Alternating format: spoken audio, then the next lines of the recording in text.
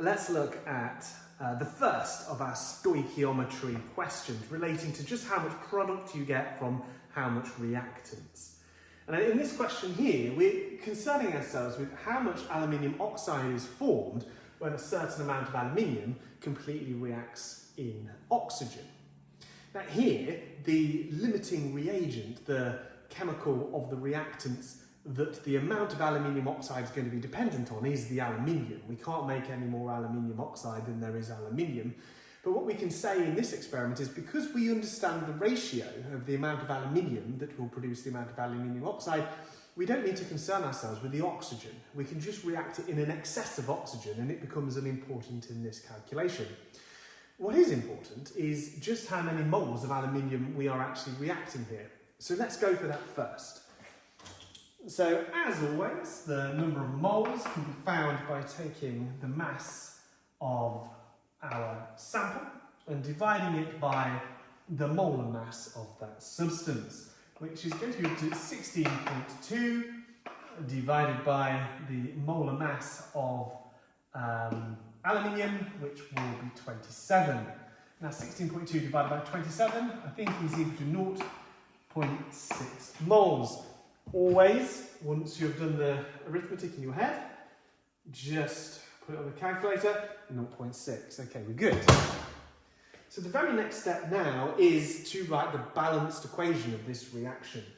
So, picking a different colour, we've got aluminium, which is a solid, reacting with O2, which is a gas, and it is turning into Al2O3, which is a solid. So we need to balance this.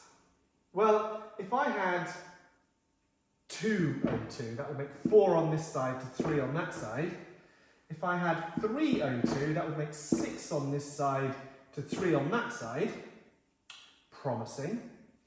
And then I would need basically 2 of these, which would mean I'd have to increase that. So let's put that in and see if that works.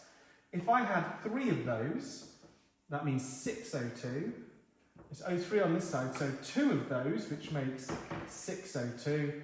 But now I've got 4 aluminiums that I can put 4 on this side, it now balances. The key thing, I know that 4 of those make 2 of those. And so what I can see is that if I have 0.6 moles is going to make 0.3 moles of this, because this is going from a 4 to 2 ratio, so 0.6 of this is going to go to 0.3 of that. So what I have is my number of moles of Al2O3 is going to be 0.3. And so now I'm going to do this whole thing up here. First of all, I've got to work out what is the molar mass of Al2O3. This is going to be 27 times 2, 2 aluminiums, plus 16 times 3 for the oxygens. And so I've got 27 times 2, 27 times 2 plus 16 times 3 is 102. 102.0 grams. And I know that because N is M over M, I know that M is going to equal N times M, which is equal to 0.3 multiplied by the molar mass of this, 102.0 grams, which works out on the calculator,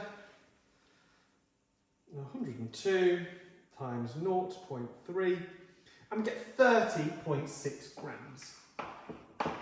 30.6 grams. The question was, how much aluminium oxide is formed when this much aluminium completely reacts?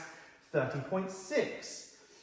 Is it a surprise that this number is greater than that? Not really, because we're getting a lot of oxygen, and oxygen is ultimately quite a heavy element. It makes sense. 30.6 grams of aluminium oxide.